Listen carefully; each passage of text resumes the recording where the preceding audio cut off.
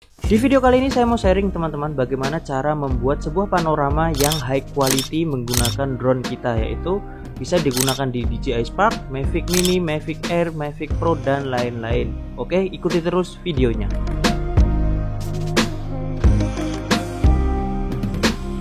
Halo teman-teman, gimana kabarnya? Ketemu lagi bersama saya Aziz Fadli di channel Aziz Fadli, channel yang membahas seputar fotografi, videografi, dan traveling. Dan di video kali ini saya mau sharing sama teman-teman tentang cara saya untuk menghasilkan image panorama dengan kualitas terbaik ya, atau yang paling maksimal. Oke, sebelumnya kita coba dulu lihat settingan di drone kita ya teman-teman, agar nanti bisa seamless penjelasannya antara drone dan editingnya. Untuk kali ini saya menggunakan Adobe Photoshop dan Lightroom untuk mengolah hasil file yang kita create dari drone kita.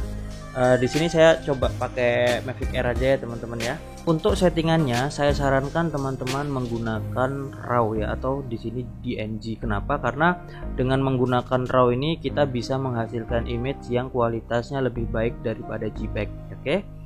Dan di sini saya akan tunjukkan bagaimana caranya untuk mengambil sebuah gambar panorama ya, yang penting.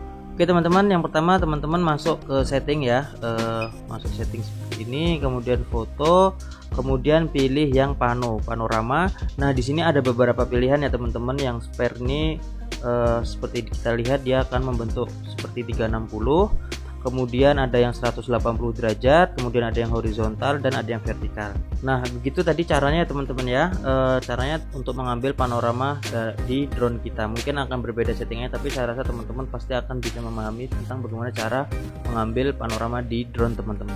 Oke, sekarang sudah saya matikan drone-nya dan kita akan masuk ke file editingnya ya teman-teman ya.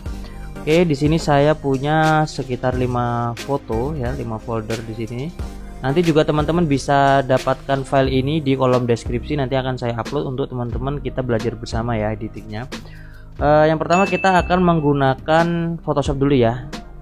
Kita gunakan Photoshopnya. Kita sudah masuk di Photoshop, kemudian kita buka file, kemudian kita masuk ke Automate dan Photo Merge seperti ini. Kemudian pastikan ini blend image together-nya dicentang ya teman-teman ya. Kemudian untuk pilihan layoutnya di sini saya pilih auto aja agar dia lebih gampang menyesuaikan ya.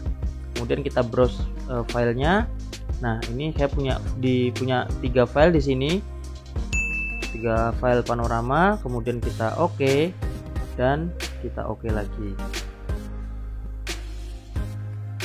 Dia akan men-stitch secara otomatis ya.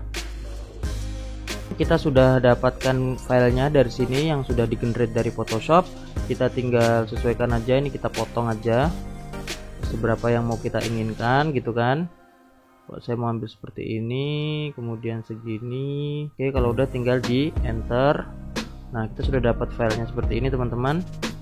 Nah tinggal kalau mau teman-teman edit gitu kan, pertama kita layer, kemudian merge visible ini atau Ctrl Shift E agar dia jadi satu seperti ini. Kemudian kita misalnya mau edit nih ya, kita tinggal ke filter, kemudian pilih kamera raw filter.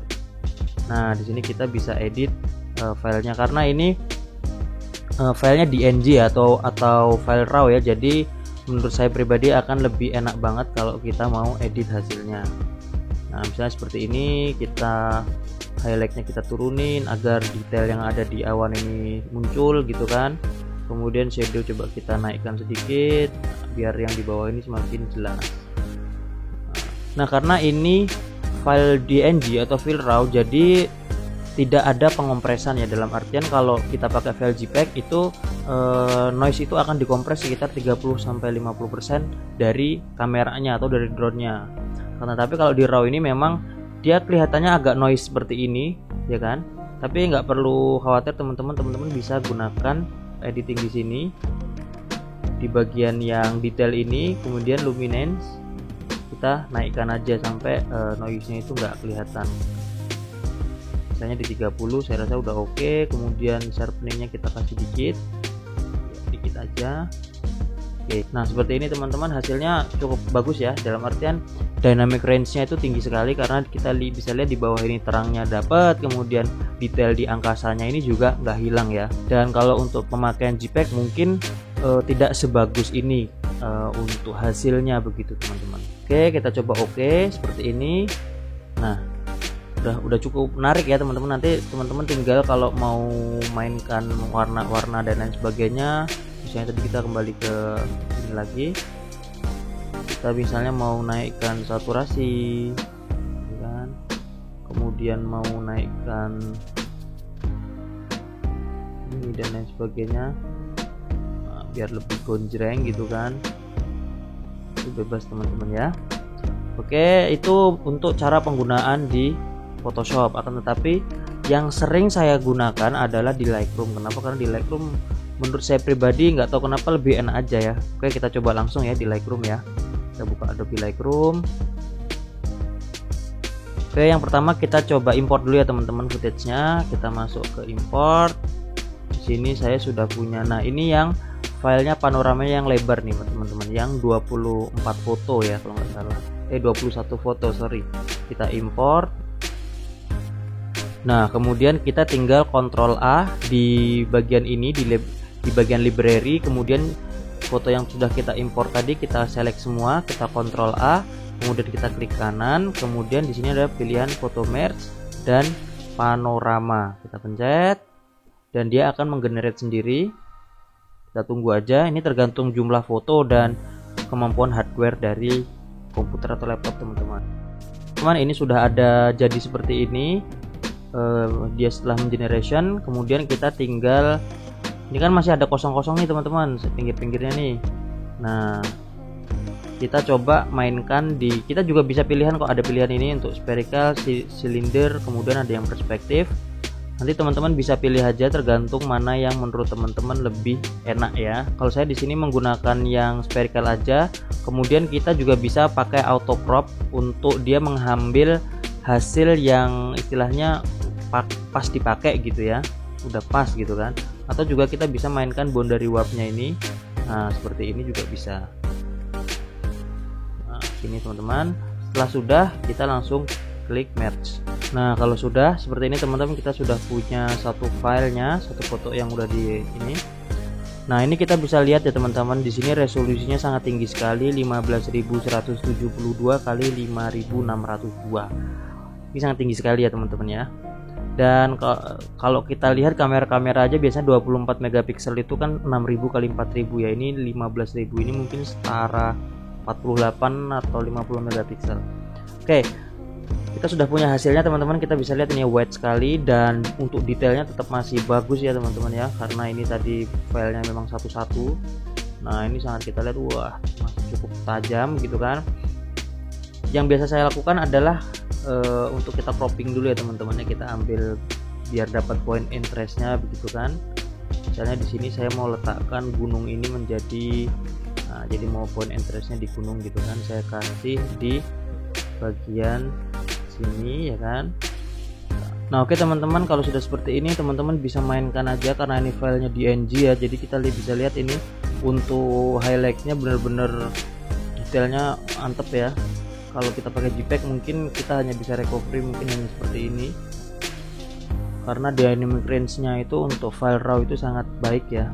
Biasanya kalau file RAW itu nanti kita, karena dia tidak terkompresi ya, jadinya kita mungkin bisa ngeliat sini kok noise gitu kan, padahal kita tinggal atur luminance-nya ya teman-teman ya. Ini saya biasanya naikkan di sekitar 40 atau 38 sesuai dengan yang teman-teman suka deh. Nah, ini kita bisa lihat ini footage kita tajam banget ya teman-teman ya, untuk resolusinya tinggi sekali. Kemudian kita kalau sudah selesai kita ngeditnya, kita tinggal export ya teman-teman, Ctrl Shift E, kemudian kita tinggal export. Nah, ini teman-teman untuk hasilnya kita bisa lihat ini fotonya detail banget ya teman-teman ya, mantep lah pokoknya kan.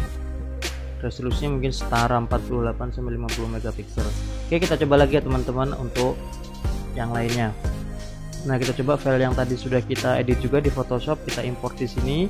Kemudian kita Ctrl A, kemudian kita klik kanan, kemudian kita foto merge di panorama. Nah, akan muncul seperti ini. Kita bisa pilih juga yang small cylindrical, kemudian perspektif dan lain-lain. Kalau saya sih sukanya yang spherical gini sih. Nanti teman-teman tinggal boundary warpnya nih teman-teman naikkan sampai dia penuh terisi. Kemudian tinggal di ini juga teman-teman kalau mau langsung auto settingnya biar langsung bagus gitu kan, itu bisa. Terus tinggal di merge. Nah, ini sudah jadi, kita tinggal develop di sini. Nah, ini kalau masih ada image yang hasilnya seperti ini, kita bisa gunakan removal tool ini untuk hilangin. Kemudian ini kita hilangin. Dan ini sebenarnya udah oke ya teman-teman gambarnya. Misalnya seperti ini, kita kembalikan apa namanya dynamic range nya. Ini kelihatannya detail sekali. Kemudian kita coba luminance nya kita naikkan agar detailnya tetap bagus.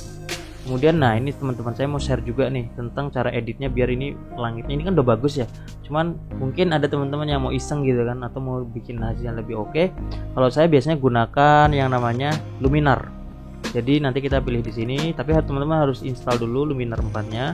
Nah, di sini kita bisa ganti-ganti nih teman-teman untuk langitnya. Nah, seperti ini teman-teman, ini untuk gambaran aja. Tetapi tadi kalau kita cuma ngedit di Lightroom pun ini hasilnya udah oke banget. Coba teman-teman lihat ini detailnya. Udah oke banget ya detailnya ya.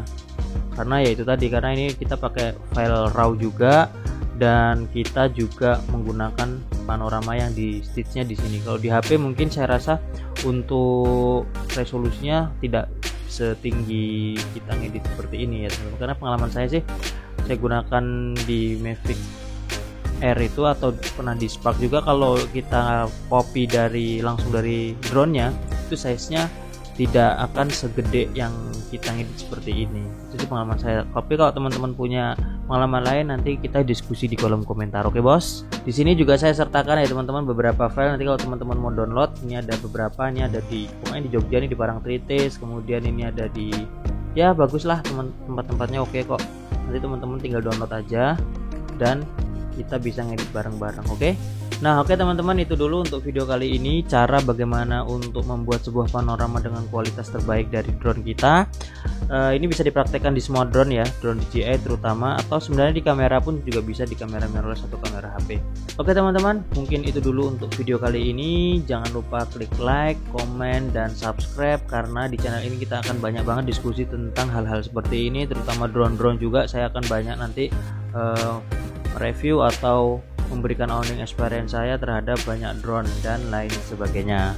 Dan teman-teman yang hobi fotografi, videografi, dan traveling juga bisa join di channel kita agar kita bisa berbagi pengalaman dan pengetahuan tentunya. Oke, saya Aziz Fadli dan kita ketemu lagi di video-video selanjutnya. Wassalam.